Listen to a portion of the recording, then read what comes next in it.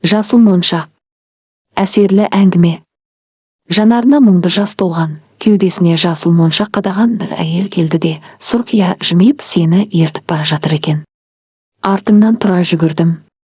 Жасыл моншақпен қоса жарыласың, Бақтияр, жаным кейін қайтшы деймін. Сен қайырылмайсың. Жасыл моншағы күнге шағылысып, жарқ-жұрқ еткен әйел, байқасам сол жасыл моншақты қатты қорғайды екен. Бұл менің өмірімнен де қымбат. Ал бұл моншақ тұрғанда сен менен Бақтиярды қайтара алмайсың дейді, жыланша ысқырып. Сұлу көздері суық тартады. Беліне оралған қара шашы әжемнің ертегісіндегі су періштесін еске түсіреді. Сен шарасыз күйдесің. Мен теңіз жылаймын. Ізіңнен жүгіремін, қолымды созам. Жете алмаймын. Кетпеші, кейін қайтшы деймін, өкпем өлшей ентігіп. Жаным ау бармашы, өтінем сенен, бармашы деп сөйлеп жатып оянып кеттім. Шынымен де жылаппын. Сағатқа қарадым. Түнгі 2.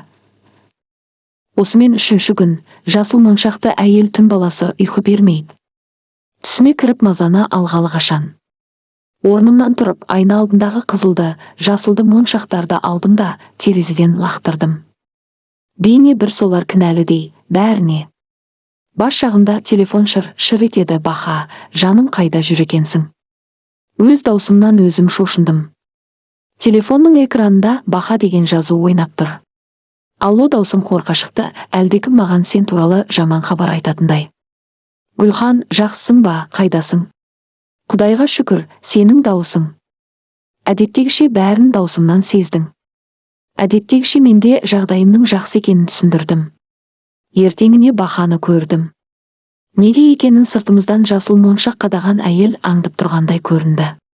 Ашық алаңқайда орналасқан аялдамадағы шайханаға кіре бергеніміз сол еді. Жанымызға бір қызыл мерседес кеп тоқтады да, ішінен кішкентай қыз жүгіріп шықты. Қолда аяққа тұрмай құлдыраңдаңдаған, шамамен 6-7-лердегі қыз бала қазақтан көрі кәріске көбірек ұқсайды. Папа. О, сығыр құдай, әлгі қыз бізге қарай жүгіріп келеді. Папасы кім болды екен деген оймен жан жағыма қараштаймын. Ал Баха оны көргенде қуанып кетті. Ботақаным-ау. Баханың даусы емірене шыққаны соншалық, мен өз әкемді сағынып кеттім.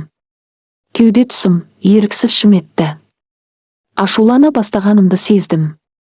Қызының барын айтпағаныма, мүмкін ана рөлдегі келіншек әйелі болар деп бір шайтан дауыс құлағыма сыбырлайды. Сәлеметсіз бе, Гүлхан тәте? Әйтеуір талып түспедім, бірақ есім шықты. Бейкүнә сәби мені жатырқаған жоқ, сүйкімді күлкісімен, риясыз періштелігімен амандасты. Өмірімде бірінші рет көріп тұрған қыздың менің атымды білетіні қатты таң қалдырды. Сәламат па, жаным? Аузымнан бұл сөздің қалай шыққанына қайрамын. Ұмтылып барып бетінен сүйіп алдым, бұл да менің еркімнен тыс жасалды. Әлде бір күш итермелегендей болды. Ол маған қолын ұсына берген. Кенет көзім қуыршақтай бүлдіршіннің мойнындағы жап жасыл моншақтарға түсті. Жасыл моншақтар? Тура сол, менің түсіме кіріп ұйықтатпаған жасыл моншақтар. Әлгі әйелдің қызғышша қорыған моншақтары. Мен түкке түсінбедім. Көз алдымда жасыл моншақтар күннің жарығымен шағылса жарқ-жұрқ етеді. Бұл менің өмірімнен де қымбат.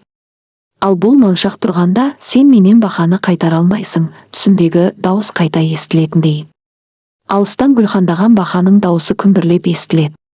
Кейде жасыл моншақ деп құлағымның түбінде біреу ызылдайды.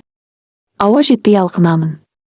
Сабыр ет, күнім, сабыр ет, қазір бәрін де түсіндіремін дейді Баха, мә, керек болса. Машинадан керіле шыққан кербез келіншек, моншақ, жаным жүр кетейік деп айқайлады. Мына бір тұлымшақты қыздың есімі моншақ болғаны ғой сонда. Жасыл моншақ, көз моншақ. Жынданып кетпесем жарар еді, өзі маған тым бейкүнә көз қараспен қарайды. Қымсына күліп, басын изеп, сәлемдескеннің ырымын жасады. Әуелі шошына қарадым, құдайға шүкір, бұл әйтеуір мен көрмеген келіншек екен. Бір қызығы менің түсімдегі әйелге ұқсайды. Егер Баха осы уақытқа дейін семьясы барын жасырса, неге ана әйел менімен керілдеспеді, неге сөйлемеді? Қыз кім? Іштей үндемеуге бекіндім. Бірімізді білгелі бірнеше жыл өтті. Жақ ашпайтындай бір білгені бар шығар, өзі айта жатар. Қызыл Мерседес жанымыздан зу етіп өтіп кетті. Баханың жүзінде ауыр мұң. Моншақ аталған қыз машинаның терезесінен қолын бұлғайды. Көзіме ыстық жас келді. Әлгі әйелдің неге жасыл моншақтарын қызғыштай қорғанын түсіне бастағандаймын. Отыр машинаға. Баханың даусы қатты шықты. Зулаған машина мені бұрын көрмеген бағытқа қарай әкетіп барады. Неде болса бара көрермін деп ойладым. Бір жағынан Бахаға қатты сенетінмін. Машина қала сыртындағы қорымға кеп бірақ тоқтады. Жүре ғой, мен саған бұрын айтпаған бір құпиямды ашайын деді. Бұл жолы дауысы салмақты шықты. О, тоба, мынау жасыл моншақты әйел ғой. Мен шошына дауыстадым, құлпытастағы сұлу келіншектің суретін көрген кезде. Түсіме жиі кіріп, мазамды алатын жасыл моншақты әйелдің нағыз өзі. Денем дір етеді. Қорқып мазам кете бастағанын білдіртпеуге тырыстым. Баха сөзіме мән бермеді. Бұл қыз менің алғашқы махаббатым, өзің көрген моншақтың шешесі деді ол. Менің кеудемде қызғаныштың қызыл мысығы мияулайды. Сол сәт оны өмірде жоқ осы әйелден қызғанып кеттім. Тау жақтан соққан салқын жел, сабырлылық әкеп тұрғандай. Айқайлап әлдене деуді өлілер ауылында артық санадым. Сәнияның өмірден өткенде де 5 жыл боптау жарқырап жүріп, бірақ күнде жоқ болды. Қоңырқай күзде таныстық, алғашында амандық, саулықтан ары бармайтынбыз, келе жақсы көретінімді сездім. Арамызда 3 жас айырмашылық бар, ол өзінің үлкендігіне салып, сөзді де өзі бастаған. Көп жігітті көзіне ілмей көстеңдеген көкірек қыз еді. Сірә әкесінің байлығына мастанатын болуы керек. Мен оны көргелі бүкіл өмірімнің мәні осы қыз екендігіне сенімді болдым, оқу біткесін қосыламыз дестік. Сөйтіп жүріп әке шешесіне таныстырды, олар неге екенін салған жерден қарсы шықты. Құр аяқ студентке беретін далада жатқан қызым жоқ болды, әкесінің тоқ етер сөзі. Баха ауыр күрсінді. Әшейінде маған махаббаттың жырын майын тамыза жырлайтын оған, өткенін әңгімелеу қаншалықты ауырға соққанын білдім. Сірә, Сәнияны әлі де сүйетін болуы керек. Амалсыздан тілімді тістеп тұрмын. Менің шыдамсыз мінезімді білетін Баханың әңгімені қорым басында әдейі бастағаны да түсінікті болды. Әке шешесіне айтқанын істетіп үйренген Сәния, сол баяғы өзім білемділікке салды да, бірақ күнде үйінен кетіп, менімен бірге студенттер жатақханасының бір бөлмесінде тұрып жүрді. Байлықта өскен қыз жатақхананың өміріне шыдамады ма, әйтеуір әлденеге риза болмай жүрді. Не нәрседе де менімен бірге болуға бекінсе де, азаматтық некені заңдастырып, молда алдында неке суын бірге ішуді, сылтауратып кейінге сырғыта берді. Бірақ бірімізді өлердей жақсы көрдік, ал ол шамадан тыс қатты қызғаншақ болды. Жай біреумен амандасқанымды көрсе, сол қыздың бетін өмір бойы көрмей өтуге. Менің ойым Сәнияны ертіп ауылға кету болды. Тек бар мақсатым оқудың қалған 2-3 айын амалдап өткізу болатын. Өйткені соңғы кездері Сәнияның әке шешесі де маза бермей, жан жаққа арыз жазып бастаған. Қызды мені зорлықпен ұстап отыр деп көрсеткісі келді. Сөйтіп жүргенде Сәния маған жүкті екенін жеткізді, бірақ оның жүзінен ешқандай қуанышты көре алмадым. Жүрегіме шымшымдап жылылық енді, ауылдағы әке шешеме хабар беріп келіндеріммен бірге келем дегім келді.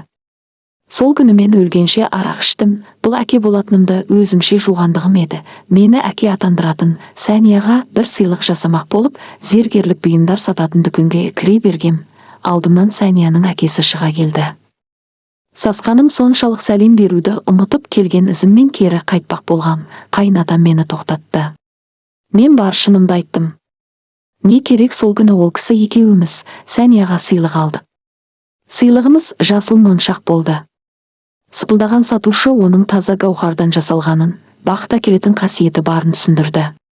Қалтамдағы қомпайған ақша әлгі моншақтың бағасының жартысын өтеуге де жетпеді. Намыстанып қарсыласқаныма қарамай, Сәнияның әкесі жетпеген ақшаны төлеп, көздің жауын алатын жасыл моншақты қолыма бірақ ұстатты. Ал моншақтың Сәнияға ұнайтынына сенімді едім. Басқа түстерден гөрі ол жасыл түсті қатты ұнататын. Мен мұны тақпаймын, қызымызға тағам, папасы мен мамасының сыйлығы болады деді Сәния сыйлықты көргенде. Не болса да жасыл моншақ Сәнияға қатты ұнады. Бойтұмарындай қастерледі. Бір күні үйге келсем Сәнияның әке шешесі келген екен. Мені көрсе шайтан көргендей еліретін шешесі, аузына келгенді аталады әкесі үнсіз. Өткенде күйеу баласымен бірігіп, қызына сыйлық іздеген қайынатаға ұқсамай. Әлемде жоқ бар бәлені менің басыма үйіп төккен олар Сәнияны алып кетті. Сол күнгі Сәнияның сөзі құлағымда, мен өлсем де, махаббаты мәңгі сенде қалады, мен шарасызбын. Содан қайтып мен оны көргем жоқ. Менің іздейтінімді білген олар қызын Америкаға апарып тастайды. Сол жақта осы моншақты босанады. Ал мен бұлардың бәрінен хабарсыз болдым. Артық әрекет жасауға құрығы ұзын, Сәнияның әкесінен батпадым. Сылтаулары Сәнияның байлығын пайдалану үшін жүрген көрінемін. Сәнияны не айтып көндіргенін кім білсін, бірақ ол маған Америкадан қайтып келгеннен кейін де хабарласпады. Жан жақтан іздестіргенімде де бір ғана жауап алдым, ол Америкада. Сәнияға деген сезімім күн санап өршімесе, өшпеді. Оның үстінде құрсағында бала кеткені де маған маза бермеді. Басқа қызбен ара қатынасымды жалғау, отбасы құру ойыма кіріп шықпады да, себебі менде отбасы бар еді. Некеге тұрмағанымыз болмаса, біз бір семья едік. Мен оны шын жүрегіммен сүйетінмін. Таба алмай шарасыздықтан қаншама рет әке шешесіне бардым да, олар мені ит қосып қумаса, құшақ жайып қарсы алмады. Ақыры олардың үйін күзететін, әрі шофері боп жұмыс жасайтын кісіден суыртпақтап отырып сыр тартып, Сәнияның қайда екенін білдім. Сәнияға мені басқа біреуге үйленіп алды, Алматыда емес ауылында деп түсіндірген көрінеді. Алматының сыртындағы бір шағын ауылда шешесінің сіңлісінің қолында тұрады екен. Ертесіне ақ салып ұрып іздеп бардым. Кездесетінімді ойласам жүрегім алып ұшады. Өрекпіген кеудемді баса алмай, жол үстінде айқайлап алам. Сүр бойдақтық сүреңсіз өмірден құтылып, отбасы боламын деп қуандым. Шағын ауылдан Сәния тұратын үйді табу қиынға соқпады. Бірақ ол күні де мені Сәния қарсы алмады, содан кейін де кездірмедім. Әлгі күзетші кісіде менің іздегенімді ести сала, маған қарай жолға шыққан Сәния. Бахтиярдың дауысы естілмей қалды. Мен селк еттім. Бахтияр үнсіз. Байқап қарасам оның көзінен де, менің көзімнен де жас сорғалайды. Жылап тұр екенмін. Бағанаға ашудың ізі де жоқ. Әдемі кино көріп отырғанда жарық сөніп қалғандай әсердемін. Не деп жұбатуды білмедім. Әйтеуір Бахтиярдың әңгімесін тыңдау маған ауыр тиді. Мен Сәнияны шын жүрегіммен сүйетінмін дейді тағы. Кішкене менің жүрегімді ойласа қайтеді екен. Қай қыз өз сүйгенін өзгемен бөліскісі келеді екен. Егер Сәния тірі болса, ары қарай ойлауға шамам жетпеді. Қорымның көкпен сырланған, мұз қарыған жақтауына сүйендім де, оның сөзіне құлақ түрдім. Сөйткен Сәния міне жатыр, қара топырақтың астында. Мен оған бары жатырғанда, ол маған қарай жолға шығады. Бірақ бізге көрісуді жазбапты бары. Рульде бос отырған ол, машинадан 100 метрдей арыға ұшып кеткен көрінеді. Бір қызығы жанындағы бала бағушы мен моншақ құдайдың құдіретімен тірі қалады. Содан бері 5 жыл есіме түскенде өзімді қоярға жер таппаймын. Осылай аяқталғанына кімді кінәлі етерімді де білмеймін. Сені жолықтырғалы бері Сәниядан қалған ауыр жара жазыла бастағандай. Жүрегімде махаббаттың бар екенін, өмірдің әлі де қызық екенін саған кезіккенде ұқтым. Гүлхан, қызымның барын қалай жеткізуді білмедім.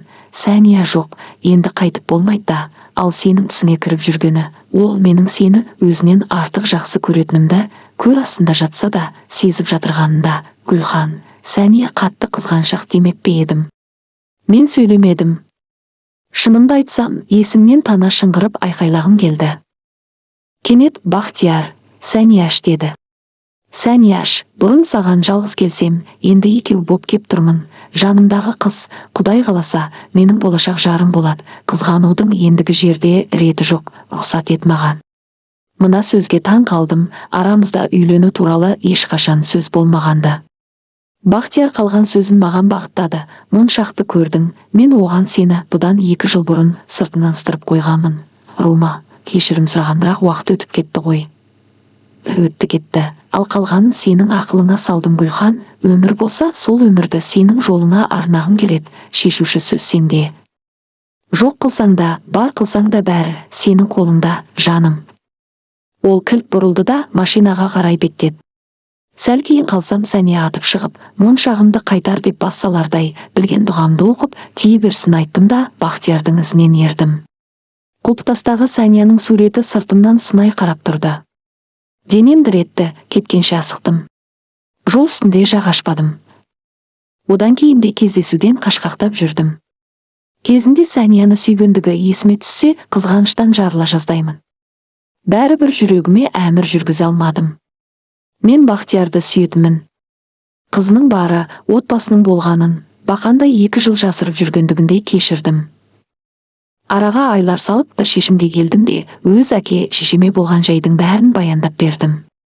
Шешем, есік көрген біреу болсаң бір жөн, оң жақтан аттап баспаған басыңды, қатыны өлген біреуге қалай берем? Қарбаша қыз, ау, қанша жыл Алматына адақтағанда жөні дұрыс біреуді таппадың ба? Ел күлмей ме ертең? Шұнақ Құдай деп болған, талған боп барып басылды. Әкем, өзің шеш, қарғам, бізден гөрі Бахтиярды жақсы білетін өзің деді де қойды. Шалының ыңғайына қарай жығылған шешем де өзің білге салып, сөз аяғын сиыр құйымшақтандырып жіберді. Әке шешенің осы сөзінен кейін қарсы еместігін білдім де, Бахтиярды тура үйіне іздеп бардым. Үйін сыртынан көрсеткеннің пайдасы тиді. Өткендегі қорым басындағы әңгімеден кейін арамыз ажыра кеткен еді. Сірә, менің болашақ енем болуы керек, есікті етжеңді бір бәйбіше ашты. Топшылағанымдай бұл кісі Бахтиярдың шешесі Сақып апа екен. Баха үйде жоқ боп шықты. Үй іші туралы көп әңгімелемейтін ол бірде әкесі мен шешесінің зейнеткерліктегі үлкен кісілер екенін, өзінен үлкен 2 әпкесінің әлде қашан тұрмыста екенін, ұл біткеннен жалғыздығын айтқан. Қазір ойлап қарасам, Баха туралы мен тіпті аз біледі екенмін. Бірімізді жақсы білуге 2 жыл аз уақыт еместі.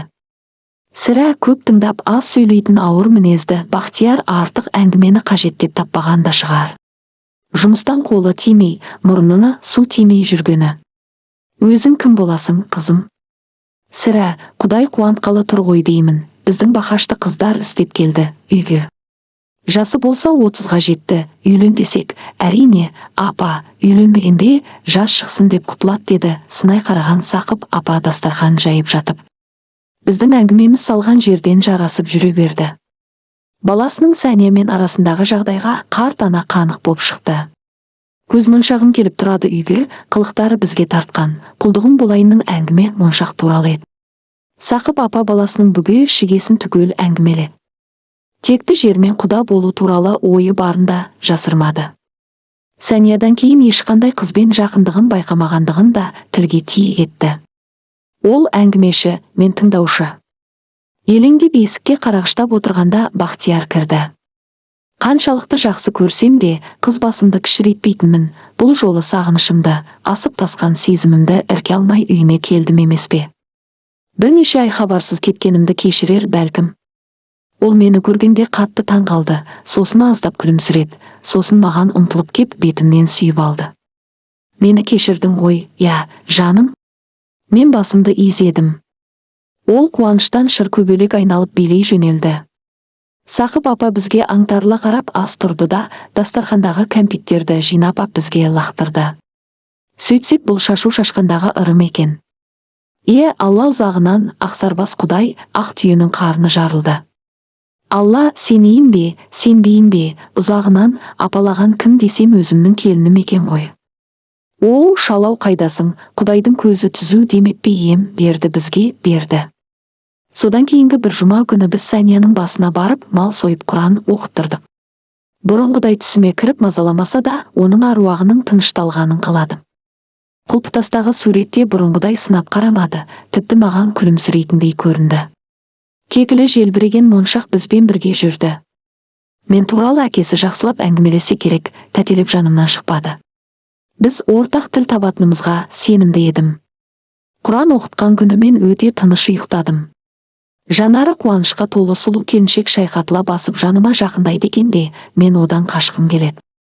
Бірақ оның өңі бұрынғыдай салқын емес, үлкен бір мархабатпен иіліп қолыма жасыл моншақты ұстатады деймін. Қуаныштан жүрегім жарыла жаздайды. Маған әлдеқандай әңгіме айтып жатқанын еріннің жыбырлағанынан сезем. Тағы да телефонның шырылынан оянып кеттім. Құдайдың құдіретіне шек бар ма? Сол күні түсімде тағы да Сәнияны көрген едім. Ол жан адамға қимаған жасыл моншағын маған сеніп тапсырды. Жасыл моншақ жүрегін жарып шыққан, жалғызы моншақпен сүйгені бақтияр болар, кім білсін, арманда кеткен жас келіншектің аруағы мүмкін тынышталған шығар. Беймәлім тұстары көп беймаза өмірде бұл жұмбақтың шешуін дәл таппадым. Білетінім мен бақтиярмен шын мәнінде бақыт дедім. Телефон соққан Бақа екен. Қуана орнымнан тұрдым, келешектен үмітіміз зор, біздер бүгін некемізді заңдастыруға баруымыз керек болатын.